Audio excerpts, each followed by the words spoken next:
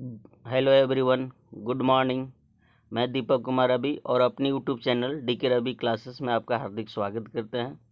आज 7 जनवरी 2024 है और आज का करेंट अफेयर लेकर प्रत्येक दिन के भांति आज भी शामिल है, जो कि इस तरह से जो भी आपको ये पीडीएफ दिख रहा है, इसका पीडीएफ डिस्क्रिप्शन बॉक्स में एक लिंक मिलेगा, उसको क्लिक करके आप टेलीग्राम ग्रुप ज्वाइन कर सकते हैं और वहाँ से इसे डाउनलोड कर सकते हैं। ओके, चलिए आइए क्वेश्चन की शुरुआत करते हैं। हम पूरी तरह से बताने के बाद अंतिम में एक प्रश्न भी पूछेंगे और उसका जवाब जो देंगे उसको हम अगले सेशन में डिस्प्ले करेंगे कि हाँ, इन लोगों ने सही जवाब दिया है। चलिए क्वेश्चन की शुरुआत करते हैं। क्वेश्चन नंबर 1, हाल ही में international mind body wellness day कब मनाया गया? ये 3 जनवरी को मनाया गया है। 3 जनवरी को मनाया गया। देखिए, वेलनेस डे कहने का मतलब क्या, इस बात को समझिए। International mind body wellness day, हम लोग का अगर कोई चीज़ बहुत बड़ी अगर अंग है तो वो माइंड है। अगर माइंड ठीक है तो सब कुछ ठीक है। जैसे देखिए, वेलनेस कहने का मतलब यहाँ में एक छोटा सा हिस्सा बना है, WELL, वेल कर दिए। W मतलब वर्क लाइफ हार्मोनी, कोई भी काम करिए तो विथ कोऑर्डिनेशन, मतलब सभी को साथ लेकर काम करते हुए अपने जीवन को आगे बढ़ाइए। नेक्स्ट है ई मतलब ई बोले तो एक्सपेक्ट, इनेबल एक्सेलेंस, कोशिश करिए एक्सेलेंस बनने के लिए और एक्सपेक्ट भी करिए कि हम एक काम कर सकते हैं। लिव योर पर्पस, जीवन जीने का क्या उद्देश्य है, इस बात पर भी डिपेंड करेगा उसका उद्देश्य क्या है। इस नेक्स्ट है एल बोले तो लव नॉट फियर, प्यार होना चाहिए न कि डर होना चाहिए। इस तमाम तरह की बातों को देखते हुए international mind body wellness day मनाया जाता है। इसमें लोगों को जागरूक किया जाता है कि अपने बॉडी को कैसे ठीक रखें और एक्सरसाइज हमेशा किस तरह से करें। दोस्तों देखिए, आप लोग भी एक सुबह मॉर्निंग में उठिए, एक टारगेट फिक्स करिए और टारगेट इस तरह से फिक्स करिए कि आज के दिन में हमें क्या करना है, चाहे वो पढ़ाई का हो या फिर किसी काम का हो, और उस टारगेट के अनुसार काम करिए। आप लगातार 1 महीने करके देखिए, आपको जरूर लगेगा कि पहले से हम कुछ बदल गए हैं। जैसे अगर कोई तैयारी करता है, BSSC की तैयारी करता है या रेलवे का या BPSC या कोई भी PCS, तो अगर वो टारगेट फिक्स करके अपना पढ़ाई को कंटिन्यू रखता है तो एक न एक दिन वो सक्सेस जरूर होगा। चलिए आइए नेक्स्ट क्वेश्चन को देखते हैं। क्वेश्चन नंबर 2, हाल ही में किस देश का माउंट लोवाटोवी ज्वालामुखी फटा है? ये आपको इंडोनेशिया का फटा है। कहाँ के? इंडोनेशिया। इंडोनेशिया के मरापी ज्वालामुखी विस्फोट, इंडोनेशिया के मरापी ज्वालामुखी में विस्फोट हुआ। 43वां एशियन शिखर सम्मेलन जो कि जाकार्ता में आयोजित किया गया। इंडोनेशिया भारत के जन औषधि केंद्र मॉडल का अनुकरण करना चाहता है। हमारा जो जन औषधि केंद्र है उसका। इंडोनेशिया की राजधानी दुनिया की सबसे प्रदूषित राजधानी में गिनती होती है और मानी भी जाती है। भारत और इंडोनेशिया के बीच द्विपक्षीय अभ्यास जिसका नाम है समुद्र शक्ति 23 संपन्न हुआ, यानी कि 2023 में संपन्न हुआ। नेक्स्ट क्वेश्चन देखिए, क्वेश्चन नंबर 3, हाल ही में PM विश्वकर्मा योजना लागू करने वाला पहला केंद्र शासित प्रदेश कौन बना? ये आपको जम्मू कश्मीर बना। कौन बना है? जम्मू कश्मीर। अटल डुल्लू को जम्मू कश्मीर का मुख्य सचिव नियुक्त किया गया। जम्मू कश्मीर के किश्तवाड़ जिले के केसर जो है उसको GI टैग मिला। जम्मू कश्मीर पुलिस के महानिदेशक का अतिरिक्त प्रभार RR स्वैन ने संभाला। जम्मू कश्मीर के प्रसिद्ध पश्मीना क्राफ्ट को GI टैग मिला। चलिए नेक्स्ट क्वेश्चन 4, हाल ही में किसे चाड के नए प्रधानमंत्री के रूप में चुना गया है? ये आपको सक्सेस मसराक को चुना गया। और भी हाल फिलहाल में कुछ जगहों पर नियुक्तियां हुई है और लोग प्रधानमंत्री और राष्ट्रपति बने हैं। जल्दी से इसे देखिए।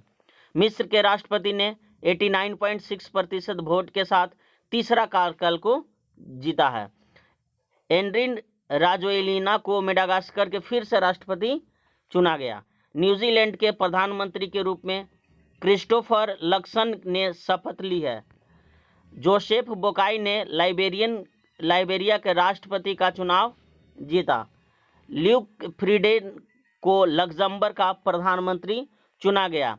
जेवियर माइली को अर्जेंटीना के राष्ट्रपति के रूप में चुना गया और पेड्रो साnchez को स्पेन के फिर से प्रधानमंत्री के रूप में चुना गया है। Next question number 5। हाल ही में आई रिपोर्ट के अनुसार कौन सा देश कैंसर से हुई मौत के मामले में एशिया के दूसरे स्थान पर रहा है? आप गेस भी कर सकते हैं। ये है आपका भारत, जो कि कैंसर के मामले में एशिया में दूसरे नंबर पर सबसे ज़्यादा अगर किसी देश में मौत हुआ है कैंसर से तो भारत में हुआ है। ठीक है। भारत सर्वाधिक वोट के साथ अंतर्राष्ट्रीय समुद्री संगठन के लिए निर्वाचित हुआ। एक अभी हाल में चुनाव हुआ था अंतर्राष्ट्रीय समुद्री संगठन में, भारत को उसमें विजयी घोषित किया गया। मलेशिया ने भारत नागरिकों को वीज़ा मुक्त करने की अनुमति दी। बिना वीज़ा के आ भी जा सकते हैं दोनों, जिस तरह से नेपाल में हम लोग बिना वीज़ा के जा या आ सकते हैं। भारत सोशल मीडिया के लिए सख्त आयु सत्यापन योजना बना रहा है। जब कभी आप लोग देखिएगा कि यूट्यूब में कमेंट करिएगा ना तो कमेंट नहीं जाएगा, तो आप देखिएगा मेल पर जाकर उसमें एक लिखा होगा, लिंक आया होगा, उसमें लिखा है कि वेरीफाइड द योर एज, माने एज वेरिफिकेशन मांगता है। तो ये है भारत का सोशल मीडिया का आयु सत्यापन। भारत ने 2023-24 के रिकॉर्ड में 41,010 पेटेंट कराए। Next question 6। हाल ही में कौन सा देश स्क्वायर किलोमीटर एरे वेधशाला परियोजना में शामिल हो गया? ये भी आपका भारत ही है। कौन है? भारत। भारत सर्वाधिक वोट के साथ अभी बताया कि समुद्री संगठन में निर्वाचित हुआ। ये सब जितना फैक्ट है जस्ट बताए, एक बार आप लोग देख लीजिए। Next question 7। हाल ही में किसे संयुक्त राष्ट्र में भारत के अस्थायी प्रतिनिधि नियुक्त किया गया है? ये आपको अरिंदम बागची को नियुक्त किया गया। किन्हें? अरिंदम बागची। और भी कुछ नियुक्तियां देखिए, जैसे महाराष्ट्र पुलिस का नया डीजीपी रसीम शुक्ला को बनाया गया। NHSRCL के निर्देशक के रूप में प्रमोद शर्मा को नियुक्त किया गया। वायुसेना मुख्यालय जो नई दिल्ली में है उसका महानिदेशक मकरंद रनाडे। भारतीय कुश्ती महासंघ के अध्यक्ष संजय सिंह। सलाम बॉम्बे फाउंडेशन के लिए स्वास्थ्य राजदूत अमृता रायचंद्र को बनाया गया है। हाल ही में किस राज्य ने अपने आपदाओं के पूर्व चेतावनी के लिए राहत वाणी केंद्र लॉन्च किया? राहत वाणी केंद्र लॉन्च किया। ये आपको उत्तर प्रदेश सरकार ने लॉन्च किया है। उत्तर प्रदेश पुलिस ने व्हाट्सएप चैनल शुरू किया। उत्तर प्रदेश सरकार ने 57 साइबर अपराध पुलिस स्टेशन खोलने की मंजूरी दी। उत्तर प्रदेश सरकार ने भारत के पहले दूरसंचार उत्कृष्टता केंद्र की घोषणा की। उत्तर प्रदेश के CSJM विश्वविद्यालय ने NAAC द्वारा A++ ग्रेडिंग हासिल की। और पिछले सेशन यानी कल के हम क्वेश्चन पूछे थे कि CSJM का फुल फॉर्म क्या होता है और यह किस क्षेत्र से रिलेटेड है। कुछ लोगों ने सही जवाब दिया है, उसको हम डिस्प्ले भी करेंगे इस सेशन के अंत में। Question number 9। हाल ही में उत्तर प्रदेश के पहले फ्लोटिंग रेस्टोरेंट का उद्घाटन कहाँ किया गया? देखिए, फ्लोटिंग रेस्टोरेंट जो होता है वो किसी समुद्र या नदी के बीच में जहाँ पर पानी है, पानी का बहाव है, वहाँ पर बनाकर उसको इस तरह से फाउंडेशनिंग किया जाता है या बनाया जाता है ताकि वो पानी में जो है फ्लोट कर सकते हैं, कुछ ऐसे ऐसे हिल डोल सकते हैं। जैसे आप नाव देखे होंगे तो नाव क्या है, वो फ्लोटिंग करता है, मतलब एक पानी के सतह के ऊपर तैरता हुआ। तो ये जो तैरता हुआ रेस्टोरेंट है, खैर देखने में तो बहुत बेहतरीन लगता है और महंगे रेस्टोरेंट में भी गिनती आता है। ये प्रयागराज के संगम नगरी में इसे बनाया गया है। कहाँ बनाया गया है? प्रयागराज के संगम नगरी में, उत्तर प्रदेश के पहले फ्लोटिंग रेस्टोरेंट। हाल ही में NIVEA इंडिया ने किसे अपना प्रबंध नियुक्त किया? ये आपको गीतिका मेहता को नियुक्त किया गया। महानदी कोलफील्ड लिमिटेड के CMD का पदभार उदय A कावल को मिला। रामकरण यादव मध्य रेलवे का महाप्रबंधक बने। रामकरण यादव। PFRDA बोर्ड का अंशकालीन सदस्य परम सेन को नियुक्त किया गया। सियाचिन ग्लेशियर के ऑपरेशनल पोस्ट पर तैनात होने वाली पहली महिला मेडिकल ऑफिसर फातिमा वासिम बनी। हैदराबाद शहर का नया पुलिस आयुक्त KS रेड्डी को नियुक्त किया गया। क्वेश्चन नंबर 11, हाल ही में केनरा बैंक कहां अपना डाटा एनालिटिक्स सेंटर लॉन्च करेगा? ये आपको बेंगलुरु में लॉन्च करेगा। डाटा एनालिटिक्स सेंटर कहने का मतलब कि जितने भी केनरा बैंक का डाटा है उसको आप वहाँ पर अगर किसी विशेष जानकारी के तहत जाते हैं तो उसको आपको वो दिखा सकता है। बहुत सारे डाटा को एनालिटिक्स करके रखता है। तो ये कहाँ किया है? बेंगलुरु में। ओके, नेक्स्ट क्वेश्चन 12, हाल ही में किसने पश्चिमी सेना का कमांड का कार्यभार संभाला है? ये आपको संजय जसजीत सिंह संभाले हैं। ये रहे संजय जसजीत सिंह, और ये वायुसेना के पश्चिमी नौसेना का कमान को संभाले हैं। ओके, आप लोग पढ़ाने के दौरान बीच में कमेंट करके बताइए कि मेरा वीडियो कैसा लगता है, और प्लीज़ मेरा वीडियो अच्छा लगे तो इसे शेयर करना बिल्कुल ना भूलिए। सब्सक्राइब, लाइक, कमेंट हमेशा करते रहिए ताकि मुझे लगे कि आप लोग मेरे साथ बने हुए हैं।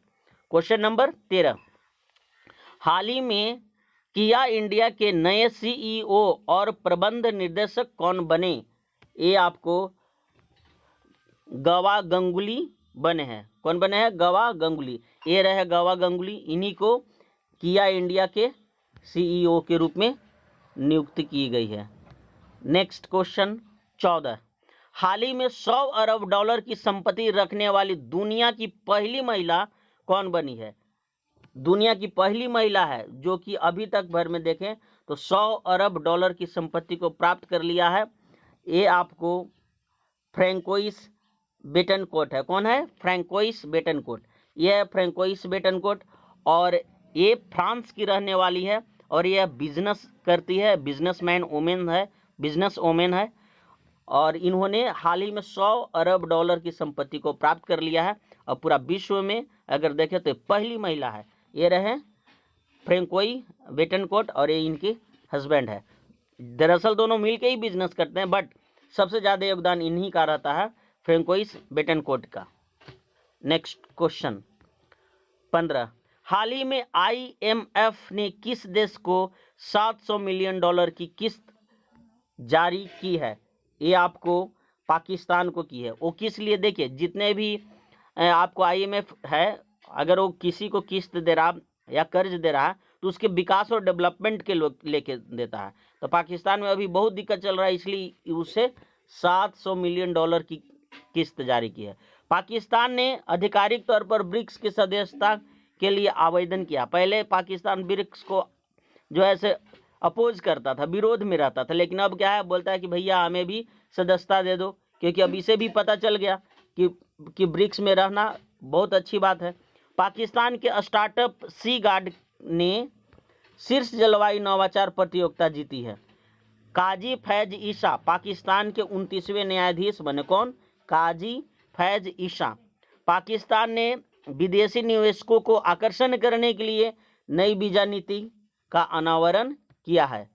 ये रहे आज के अंतिम प्रश्न, और आपके लिए कल का प्रश्न क्या है वो सुनिए। और यह जो प्रश्न पिछले सेशन से रिलेटेड है, अगर आप मेरे साथ बने होंगे तो जरूर आप देखे होंगे। Question for you,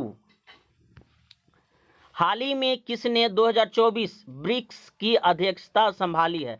option A चीन, ऑप्शन बी रूस, सी ब्राजील, डी इनमें से कोई नहीं।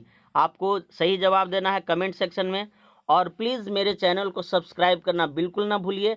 सब्सक्राइब करिए और बेल आइकन का ऑल जो ऑप्शन है उसको क्लिक करिए ताकि नोटिफिकेशन आप तक जाते रहे, और इस तरह से आप मेरे साथ बने रहिए।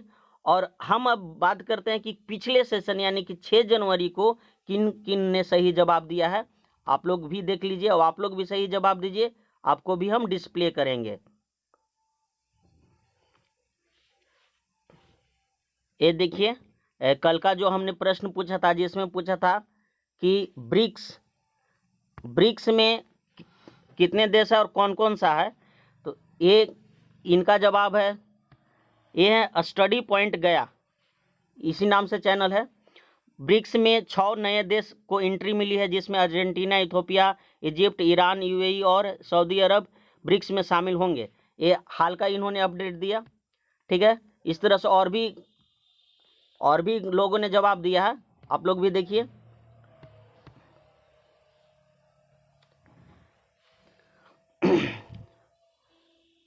ब्रिक्स, ये है परमवीर मल्होत्रा, देखिए इन्होंने भी सही जवाब दिया है।